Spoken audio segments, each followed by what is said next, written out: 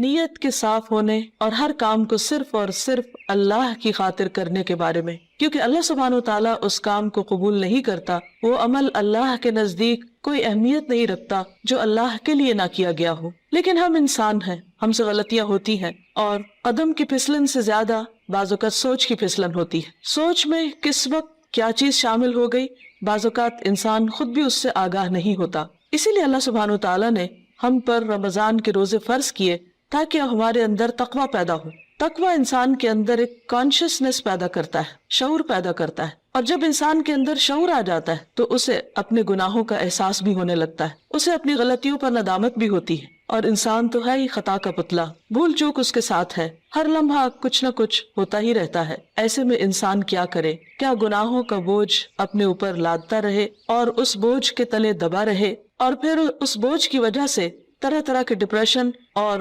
غم اور دکھ کا شکار رہے؟ نہیں، اللہ رب العزت واسع المغفرہ ہے، غفور الرحیم ہے، وہ اپنے بندوں کے گناہوں کو معاف کرتا ہے۔ رمضان کا مہینہ اس اعتبار سے ایک بہترین موقع ہے کہ ہم سب اپنے رب کی طرف رجوع کریں، انفرادی طور پر بھی اور اجتماعی طور پر بھی، اور اپنے گناہوں کی معافی مانگے۔ اللہ تعالیٰ کا وعدہ ہے کہ جو شخص سچے دل سے گناہوں کی معافی مانگے گا، اللہ تعالیٰ اس کو ضرور معاف کر دے گا، اور اللہ تعالیٰ کو معاف کرنے میں کچھ مشکل نہیں۔ قرآن مجید میں اللہ تعالیٰ فرماتے ہیں، قُلْ يَا عِبَادِيَ الَّذِينَ أَسْرَفُوا عَلَىٰ أَنفُسِهِمْ لَا تَقْنَطُوا مِن رَحْمَةِ اللَّهِ إِنَّ اللَّهَ يَغْفِرُ الذُّنُوبَ جَمِيعًا۔ آپ کہہ دیجئے کہ اے میرے بندو، جنہوں نے اپنی جانوں پر زیادتی کی ہے، جنہوں نے خود پر ظلم کیا ہے، لا تقنطوا من رحمت اللہ، اللہ کی رحمت سے مایوس نہ ہو جاؤ، بے شک اللہ سارے گناہ معاف کر سکتا ہے۔ اللہ تعالیٰ کے لیے کچھ بھی مشکل نہیں۔ ضرورت اس بات کی ہے کہ بندہ سچے دل کے ساتھ، پورے اخلاص کے ساتھ اللہ تعالیٰ کی طرف رجوع کرے۔ ویسے تو رمضان بذات خود گناہوں کے کفارہ کا ذریعہ ہے۔ حدیث میں آتا ہے، نبی صلی اللہ علیہ وسلم نے فرمایا، وَرَمَضَانُ إِلَى رَمَضَانَ مُكَفِّرَاتٌ مَا بَيْنَهُنَّ إِذَا اجْتُنِبَتِ الْكَبَائِرُ۔ ایک رمضان دوسرے رمضان تک اپنے درمیان ہونے والے گناہوں کو مٹا دیتا ہے جبکہ کبیرہ گناہوں سے اجتناب کیا جائے۔ اسی طرح جب انسان ایمان اور احتساب کے ساتھ روزہ رکھتا ہے، وہ بھی اس کے گناہوں کی بخشش کا ذریعہ بنتا ہے، راتوں کا قیام بھی بخشش کا ذریعہ بنتا ہے۔ لیکن اس کے ساتھ ساتھ انسان کو پورے شعور کے ساتھ، پورے احساس کے ساتھ خود اللہ کی طرف رجوع کرنا چاہیے اور اپنے گناہوں کی معافی مانگنی چاہیے، خصوصاً کبیرہ گناہ، ان کے لیے معافی مانگنا ضروری ہے۔ اللہ تعالیٰ سے توبہ کرنے کا ایک طریقہ بھی بتایا گیا، اور وہ یہ کہ انسان اپنے گناہوں پر نادم ہو، شرمندہ ہو، ان کا اعتراف کرے، ان کو مانے، اور پھر آئندہ نہ کرنے کا وعدہ کرے، اور پھر اپنی زندگی کی اصلاح کر لے۔ انسان کی انسانیت اسی میں ہے کہ وہ اللہ تعالیٰ کی طرف رجوع کر لے اور گناہوں کا اعتراف کرے۔ انسان اور شیطان میں یہی فرق ہے۔ شیطان نے جب انسان کو یعنی آدم علیہ السلام کو سجدہ کرنے سے انکار کیا تو اس کے بعد جب اس سے پوچھا گیا کہ ما منعک الا تسجد اذ امرتک، اللہ تعالیٰ نے فرمایا کہ تمہیں کس چیز نے روکا تھا کہ تم سجدہ کرتے جبکہ میں نے تمہیں حکم دیا تھا؟ تو اس پر بجائے اس کے کہ وہ نادم ہوتا، اپنی غلطی کا اعتراف کرتا، وہ اکڑ گیا اور اللہ سبحانہ وتعالیٰ کو بلیم کرنے لگا۔ اس کے برعکس آدم علیہ السلام سے جب خطا ہوئی اور وہ بھول کر جنت کا وہ پھل کھا بیٹھے جس کے کھانے سے ان کو روکا گیا تھا، تو جب انہیں اپنی اس بات کا احساس ہوا کہ انہوں نے درست نہیں کیا اور ان سے جنت کا لباس اتروا لیا گیا، تو وہ فوراً اپنے رب کی طرف پلٹے اور انہوں نے اعتراف کیا اور دعا کی، ربنا ظلمنا انفسنا وان لم تغفر لنا وترحمنا لنکونن من الخاسرین، کہ اے ہمارے رب، ہم نے اپنی جانوں پر ظلم کیا اور اگر تو نے ہمیں معاف نہ کیا اور ہم پر رحم نہ کیا تو ہم ضرور نقصان اٹھانے والے ہو جائیں گے۔ گویا انسان غلطی تو کرتا ہے، لیکن اگر وہ رب کی طرف پلٹتا نہیں اور رب اس پر رحمت نہیں فرماتا تو پھر انسان کا کوئی ٹھکانہ نہیں۔ روزے کی حالت میں انسان کو اپنے آپ کا جائزہ لینے کا موقع ملتا ہے، کیونکہ بہت سی مصروفیات اور مشغولیات سے، خصوصاً کھانے پینے کی مشغولیت سے فراغت پانے کے بعد جب روزے کی حالت میں، بھوک کی حالت میں اس کو اپنا محاسبہ اور اپنا جائزہ لینے کا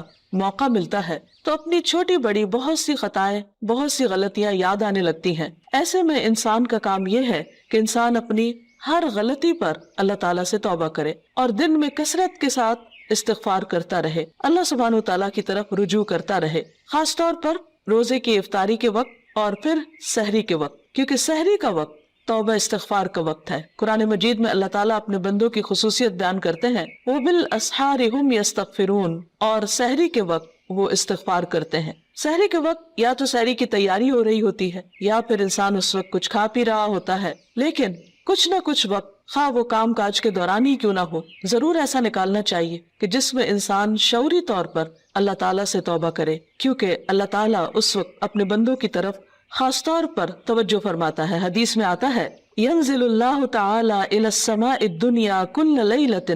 لنصف الليل الآخر او لثلث الليل الآخر فيقول من ذا الذي يدعوني فأستجيب له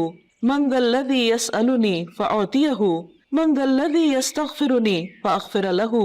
حتى يطلع الفجر۔ اللہ تعالیٰ ہر رات کو آدھی رات یا ایک تہائی رات کے آخری حصے میں آسمان دنیا پر نزول فرماتے ہیں اور ارشاد فرماتے ہیں کہ کون ہے جو مجھ سے دعا مانگے اور میں اس کی دعا قبول کروں، کوئی ہے جو مجھ سے سوال کرے کہ میں اسے عطا کروں، کون ہے جو مجھ سے استغفار طلب کرے اور میں اسے بخش دوں، یہاں تک کہ فجر طلوع ہو جاتی ہے۔ یعنی اس وقت خاص طور پر اللہ تعالیٰ اپنے بندے کی طرف متوجہ ہو کر اس کو پکارتا ہے کہ تم غلطی کرنے کے بعد میری طرف لوٹ آؤ۔ رمضان ایک مبارک موقع ہے کہ جس میں انسان سحری کے وقت اٹھ ہی جاتا ہے، تو اس وقت اللہ سبحانہ وتعالیٰ کی اس پکار پر لبیک کہتے ہوئے اپنے گناہوں کی معافی مانگنی چاہیے اور اس کی طرف رجوع کرنا چاہیے، کیونکہ وَمَن يَغْفِرُ الذُّنُوبَ إِلَّا اللَّهُ، کون ہے جو گناہوں کی بخشش کرے سوائے اللہ کے۔ ہم میں سے کون ہے جو یہ دعویٰ کرے کہ اس سے کبھی کوئی غلطی نہیں ہوئی یا اس نے کوئی گناہ نہیں کیا؟ ہم سب خطا کار انسان ہیں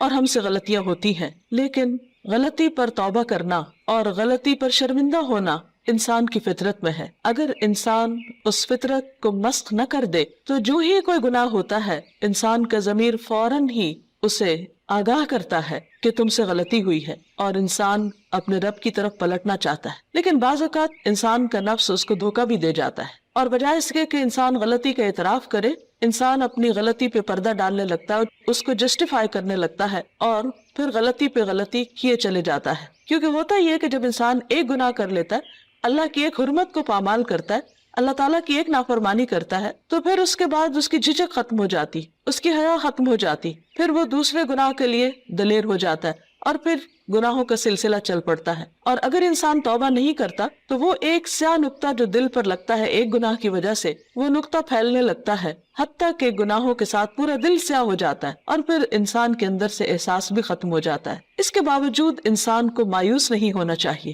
جب تک انسان کی جان ہے، انسان کی سانس کا سلسلہ چل رہا ہے، اس کے لیے معافی کا دروازہ کھلا ہوا ہے۔ حدیث میں آتا ہے کہ ان اللہ یقبل توبۃ العبد ما لم یغرغر، اللہ تعالیٰ بندے کی توبہ قبول کرتا ہے جب تک کہ اس کے سانس اکھڑنے نہ لگے، یعنی دنیا سے رخصت نہ ہونے لگے، فوت نہ ہونے لگے۔ تو گویا ابھی اللہ تعالیٰ نے ہمیں جو زندگی اور یہ موقع دیا ہے، اس میں ہم واپس پلٹ آئیں، رجوع کر لیں، اللہ تعالیٰ کو راضی کر لیں اور کبیرہ اور صغیرہ دونوں طرح کے گناہوں سے معافی مانگیں۔ صغیرہ گناہوں کے کفارے کے لیے تو نماز، روزہ، حج، زکوٰۃ اور دیگر نیکیاں، امر بالمعروف، نہی عن المنکر، یہ چیزیں انسان کے لیے کفارہ بن جاتی ہیں، لیکن خصوصاً کبیرہ گناہوں کے لیے خاص طور پر معافی مانگنا ضروری ہے۔ مثلا کبیرہ گناہ کیا ہے؟ مثلا اللہ سبحانہ وتعالیٰ کے ساتھ شرک کرنا اور اس کے بعد والدین کی نافرمانی، والدین کو ناراض کرنا، ان کا دل دکھانا، ان کو پریشان کرنا، ان کی بات نہ ماننا۔ اللہ سبحانہ وتعالیٰ نے ایک نہیں کئی بار اپنے حق کے بعد انسانوں میں سے سب سے پہلا حق جس کا بتایا وہ والدین ہے، اور اللہ تعالیٰ کی رضامندی والد کی رضامندی میں ہے اور اللہ تعالیٰ کی ناراضگی والدین کی ناراضگی میں ہے۔ والدین کو ناراض کرنا کبیرہ گناہ ہے، اور اگر انسان کی وفات اس حال میں ہو جاتی تو اس وقت تک معافی نہیں ہوگی جب تک کہ والدین معاف نہ کر دیں۔ حقوق و لباد کے سلسلے میں جو بھی حق تلفی ہوتی، خواہ والدین کی نافرمانی یا کسی اور کی، یہ بات یاد رہے کہ انسان کو اس وقت صرف اللہ تعالیٰ سے ہی نہیں، بندوں سے بھی معافی مانگنی ہوگی، یعنی بندوں کو بھی راضی کرنا ہوگا۔ والدین کے بعد باقی رشتہ دار، دوست احباب اور انسانوں میں سے کسی انسان پر بھی اگر کوئی ظلم یا زیادتی ہوئی ہو تو اس کے لیے توبہ استغفار اور اس کے ساتھ ساتھ اس بندے سے معافی مانگنا بھی ضروری ہے۔ اسی طرح زبان کے بہت سے گناہ کبیرہ گناہ ہے، مثلا جھوٹ بولنا۔ اسی طرح غیبت، اور غیبت کیا ہے؟ کسی مسلمان بھائی کی پیٹھ پیچھے اس کی برائی کرنا، کسی پہ جھوٹا الزام لگانا، کسی کو تانا دینا، کسی کے بارے میں بدگمانی کرنا، کسی کا مذاق اڑانا، نقلیں اتارنا، یہ سب دوسروں کا دل توڑنے والی باتیں، یہ تہذیب کے دائرے سے نکلی ہوئی حرکتیں، اور ہمارا دین ان چیزوں کی قطعاً ہمیں اجازت نہیں دیتا۔ کسی کے ساتھ اختلاف کا ہو جانا، کسی کی بات کو ناپسند کرنا، یہ ہر انسان کا حق ہے، لیکن یہ سب کچھ دلیل کی بنا پر ہونا چاہیے، محض جذبات کی بنا پر نہیں، کہ ہم اگر کسی سے اختلاف کرتے ہیں تو پھر ہم اپنے لیے اس بات کو جائز کر لیں کہ جیسے چاہے پھر اس کے ساتھ معاملہ کرے، یا جیسے چاہے اس پر الزام تراشی کرے، اور پھر اس کے بعد خود کو سچا ثابت کر کے یا اپنے آپ کو مطمئن کر لے، تو یہ بات جائز نہ ہوگی، یہ کافی نہ ہوگی۔ انسان کے لیے خود اس کا سب سے بڑا دشمن اس کا اپنا نفس ہے، اور انسان بعض اوقات باہر کے دشمن کو پہچان لیتا ہے لیکن اندر کے دشمن کو نہیں پہچانتا، جب وہ انسان کو غلطی پر تھپکیاں دے کر سلا دیتا ہے، یا اس کو مطمئن کر دیتا ہے، یا پھر اسے صرف دوسروں کے عیب دکھاتا رہتا ہے اور اپنے عیب بھلوا دیتا ہے۔ اس لیے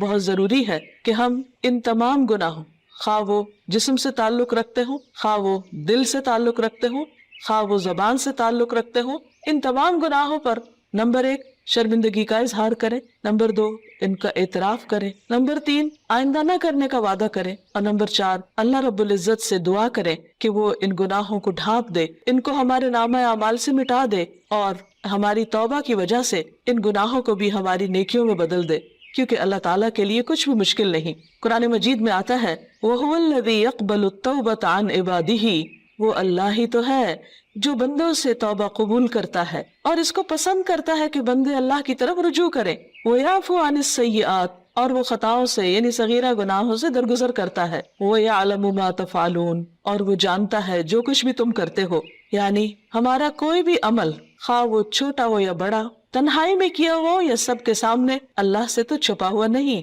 پھر اس کے فرشتے لکھ بھی رہے ہیں۔ اس لیے بہت ضروری ہے کہ اللہ کے حضور حاضر ہونے سے پہلے ہی ہم اپنے ان گناہوں کو اپنے نامہ اعمال سے اپنے آنسوؤں کے ساتھ دھو ڈالیں، اور عجز و انکساری کے ساتھ اللہ کے حضور جھکیں، اور زبان سے بھی استغفار کرتے رہیں، اور اس کے لیے خاص طور پر استغفر اللہ، اللہم اغفر لی اور استغفار کی دیگر دعائیں پڑھنا بھی فائدہ مند ہے۔ اللہ تعالی ہمیں عمل کی توفیق عطا فرمائے۔ وآخر دعوانا ان الحمد للہ رب العالمین۔